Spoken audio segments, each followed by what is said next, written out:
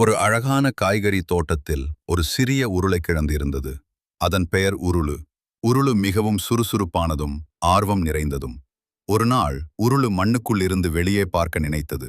வெளியில் உலகம் எப்படி இருக்கும் என்று அது யோசித்தது. அதன் அருகில் இருந்த காரட் சொன்னது, உருளு, வெளியுலகம் மிகவும் அழகானது, ஆனால் பொறுமையாக வளர வேண்டும்.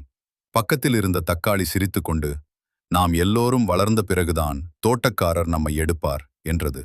ஆனால் உருளு மிகவும் ஆர்வமாக இருந்தது. நான் இப்போதே உலகத்தை பார்க்க வேண்டும் என்றது. அப்போது மேலே மண்ணை துளைத்து ஒரு சிறிய ஒளி வந்தது. தோட்டக்காரர் செடிகளுக்கு தண்ணீர் ஊற்றிக் கொண்டிருந்தார். சில நாட்கள் கழித்து உருளு பெரியதாக வளர்ந்தது. ஒரு நாள் தாழ் தோட்டக்காரர் மண்ணை தோண்டினார். ஆஹா, என்ன ஒரு அழகான உருளைக்கிழங்கு என்று அவர் மகிழ்ச்சியாக சொன்னார். உருளு வெளியுலகத்தை முதன்முறையாக பார்த்தது. சூரியன் பிரகாசமாக இருந்தது. பறவைகள் பாடின. அதை சமையலறைக்கு கொண்டு சென்றார்கள். அங்கே அம்மா அதை கொண்டு சுவையான உருளைக்கிழங்கு பொரியல் செய்தார். குட்டி குழந்தைகள் அந்த உணவை சாப்பிட்டு மிகவும் மகிழ்ந்தனர். உருளு நினைத்தது, நான் சிறியதாக இருந்தாலும் எல்லோருக்கும் மகிழ்ச்சி தருகிறேன். சிறியதாக இருந்தாலும் ஒவ்வொருவருக்கும் உலகில் ஒரு முக்கிய பங்கு உள்ளது.